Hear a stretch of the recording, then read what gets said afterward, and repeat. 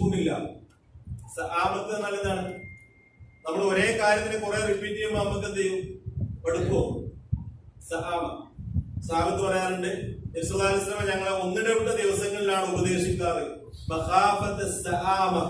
ഞങ്ങൾക്ക് മടുപ്പ് വരുമോ എന്ന് ഭയപ്പെട്ടു. അല്ലെ, നമ്മൾ ഒരാളെ എന്നും പിടിച്ച് ഉപദേശിച്ചാൽ അയാളെന്താ പറയാ,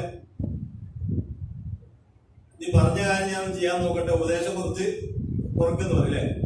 അതുകൊണ്ടാണ് സഹാബത്ത് എന്നും പിടിച്ച് ഉപദേശിക്കാറില്ല. അവര് ചില കാര്യങ്ങൾ സാന്ദർഭികമായിട്ട് പറയേണ്ട കാര്യങ്ങൾ അപ്പൊ പറയും.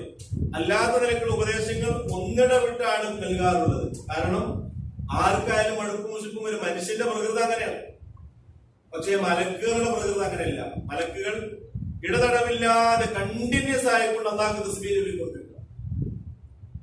യുസബ്ബിഹൂന ലഹു ബില്ലൈലി വന്നഹാർ വഹും ലാ യസ്അമൂൻ. മലക്കുകൾക്ക് യാതൊരുവിധ മടുപ്പും മുഷിപ്പും ബാധിക്കുകയില്ല.